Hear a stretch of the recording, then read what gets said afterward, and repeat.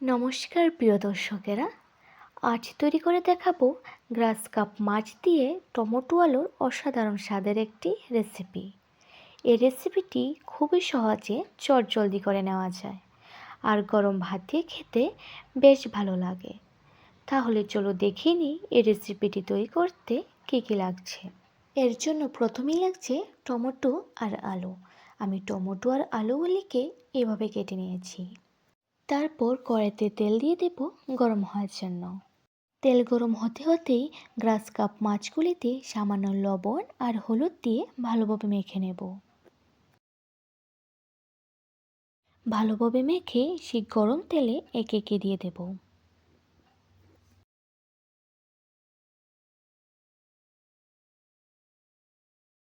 সবগুলি মাছ দিয়ে উল্টে পাল্টে লাল লাল করে ভেজে নেব।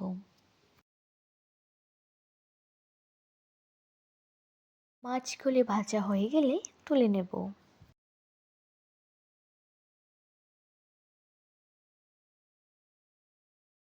মাছগুলি তুলে সে তেলে দিয়ে দেব আগের থেকে কেটে রাখা আলুগুলি।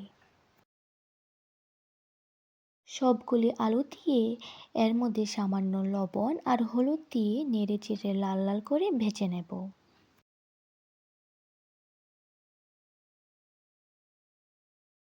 আলুগুলি ভাজা হয়ে গেলেই তুলে নেব। তুলে সেই তেলে দিয়ে দেব মেথি, তেজপাতা আর দিয়ে দেব কেটে রাখা টমেটোগুলি। দিয়ে কিছুক্ষণ নেড়ে চেড়ে এর মধ্যে দিয়ে দেব স্বাদ অনুযায়ী কাঁচা লঙ্কা বাটা আর লবণ, স্বাদ অনুযায়ী হলুদ আর স্বাদ অনুযায়ী লাল লঙ্কার গুঁড়ো আর দিয়ে দেব জিরার গুঁড়ো। দিয়ে আবারও কিছুক্ষণ নেড়ে চেড়ে কষিয়ে নেব।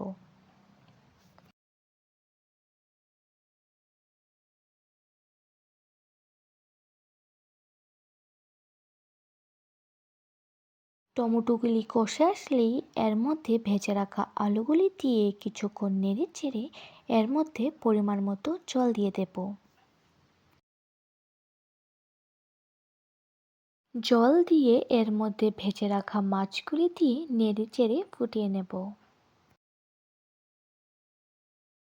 ফুটে আসলেই এর মধ্যে সামান্য চিনি দিয়ে আবারও কিছুক্ষণ নেড়ে চেড়ে এভাবে একটু রেখে নামিয়ে নিলে তৈরি আজকের আমাদের রেসিপি।